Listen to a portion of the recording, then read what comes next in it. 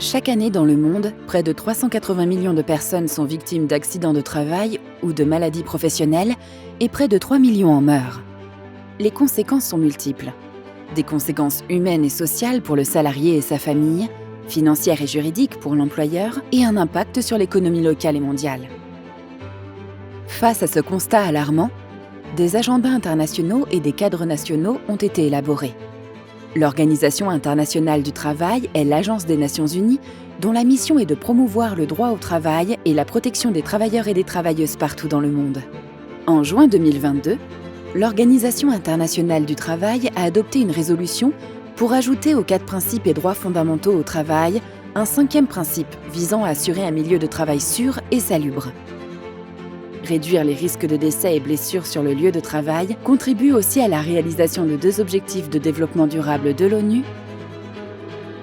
L'objectif de développement durable numéro 3, dont l'objectif est de permettre à tous de vivre en bonne santé et promouvoir le bien-être de tous à tout âge.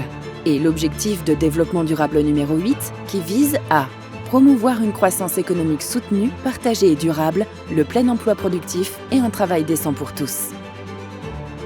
Dans ce contexte, la gestion de la sécurité et la formation aux premiers secours des employés constituent un levier majeur de santé et de développement économique à l'échelle mondiale.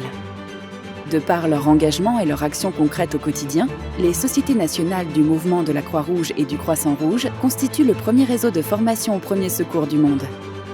En juin 2022, la Fédération internationale des sociétés de la Croix-Rouge et du Croissant-Rouge a adopté sa nouvelle vision 2030 des premiers secours qui établit les premiers secours sur le lieu de travail comme l'une de ses 6 priorités d'action.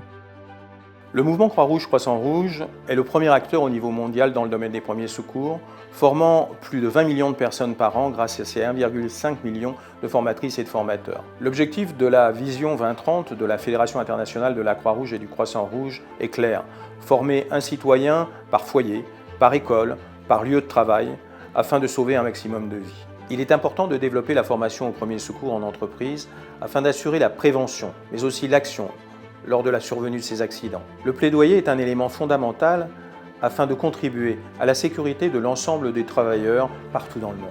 Célébrée le 28 avril de chaque année, la Journée mondiale de la sécurité et de la santé au travail promeut la prévention des accidents et maladies professionnelles. À cette occasion, les Croix-Rouges et Croissant-Rouge mettent en place des actions de sensibilisation et de plaidoyer pour former à grande échelle aux premiers secours au travail. Hi everyone, my name is Marcus and I work for the Liberia Red Cross. Now we're talking about the World Day of Safety and Health and how we celebrated it at the Liberia Red Cross. We went out and did a rigorous awareness and promotion program where we visited 2 workplaces, both the private and the public sector. And we did practical demonstrations wherein participants did hand-on practices, and we had a wonderful time.